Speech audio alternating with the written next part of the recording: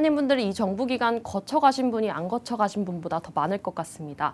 오늘은 도나 캠페뇰로 USCIS 이민국 LA지부 국장님과 이야기 나눠보겠습니다. Alright, thank you. Nice to meet you. Hi, nice to meet you. Thank you for doing an interview with us. Of course. Thank you.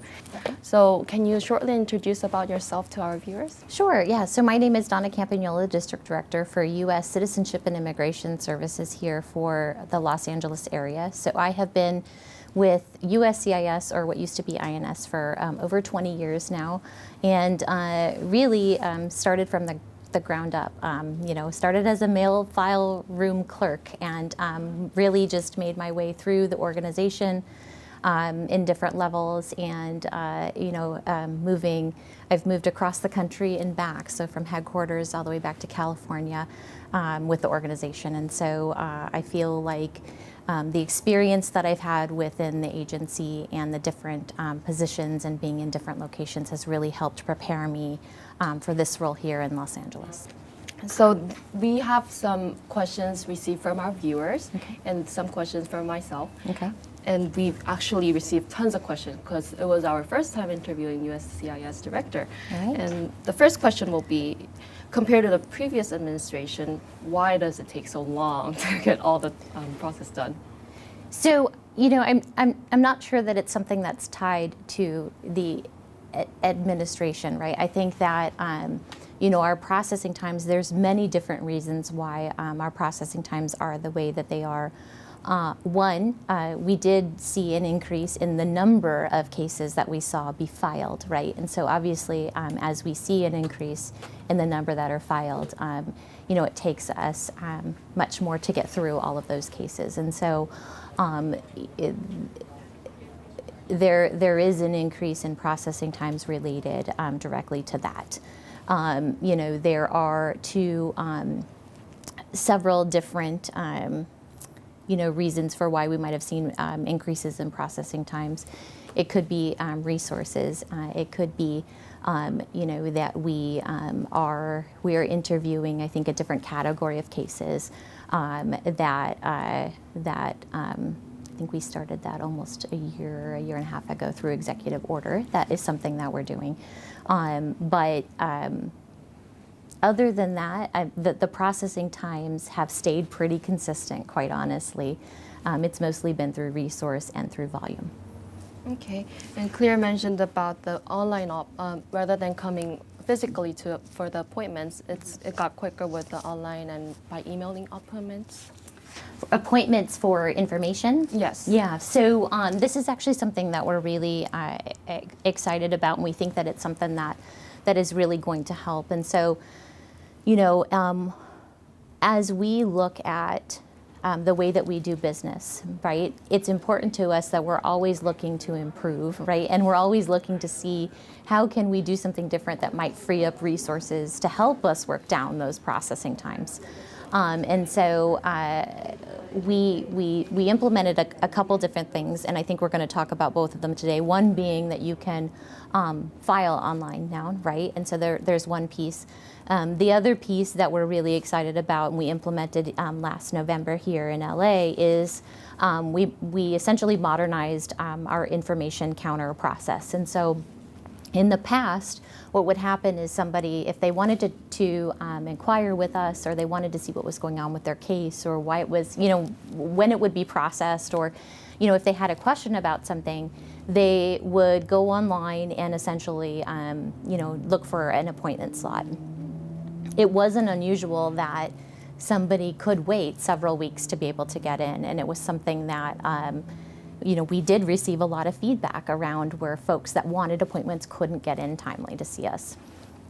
When we did a study and looked at what kind of appointments we were getting through our information counter, we found that a lot of those appointments were things that people could get through other avenues that were out there, through the website, through our customer contact center and things like that. And so it was piloted through several offices, very small, to see if this was a concept that we could perhaps explore and do differently, where we would, rather than just being able to online go and request an appointment, we would have you call our contact center and see if we could resolve it through that.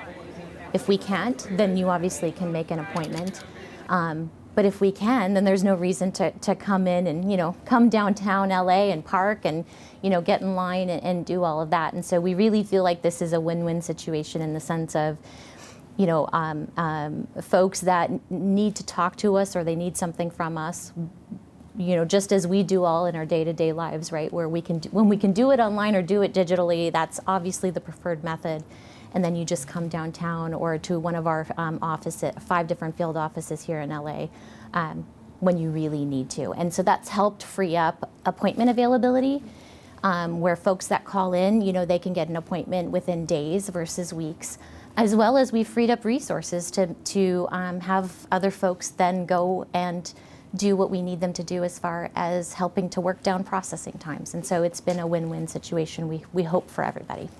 So this online thing, is it only for LA district offices or all over USCIS? So it will eventually go to everybody. We deployed that new program in November of last year. And then throughout this year, additional offices will join in because it's been proven to be such a successful solution that's been working. So we can move on to the next questions. Many applicants are concerned with additional regulations and rules enacted by President Trump. And what is your message to prospective applicants? So I think that the best message that I can give is to educate yourself. Take the time to learn about the process and utilize the resources that are out there. There's so much information out there that is essentially there to help folks be able to make that informed decision for themselves about, is filing something the right decision for themselves, right? I think what's hard is there's no one answer related to folks' questions, right? Because how somebody came to the United States is different for my story versus your story, right? And so there's not one size fits all. And I think that it's important for folks to understand the specifics around their individual journey or path that got them to this point, and then to do the research and take the time to read there's so many now, and I think we're going to get to it later, but our new resources that are out there to do that background legwork and to understand, okay, is this right for me and for my family? Because I think that taking the time to do that will help maybe alleviate some of those concerns or the unknowns around the process. And lastly, do you have any words you want to say to Korean American communities? I just, I thank you for this opportunity. I am absolutely thrilled to be here in LA and be the district director and be in this role. I very much, we recognize how important it is that we're out there in the community and that we work to do ongoing outreach and to do more education around these processes and how everything works, and to hopefully help folks be able to make more informed decisions, but also to feel comfortable in the process as well, and maybe know what to expect a little bit more. And so I just really hope that this helps. I hope that folks take the time to explore those resources, and just thank you very much. 많은 정보 얻으셨길 바라겠습니다. 지금까지 도나 캠페뇰라 USCIS LA 지부 국장님과 얘기 나눴습니다. Thank you. Thank you.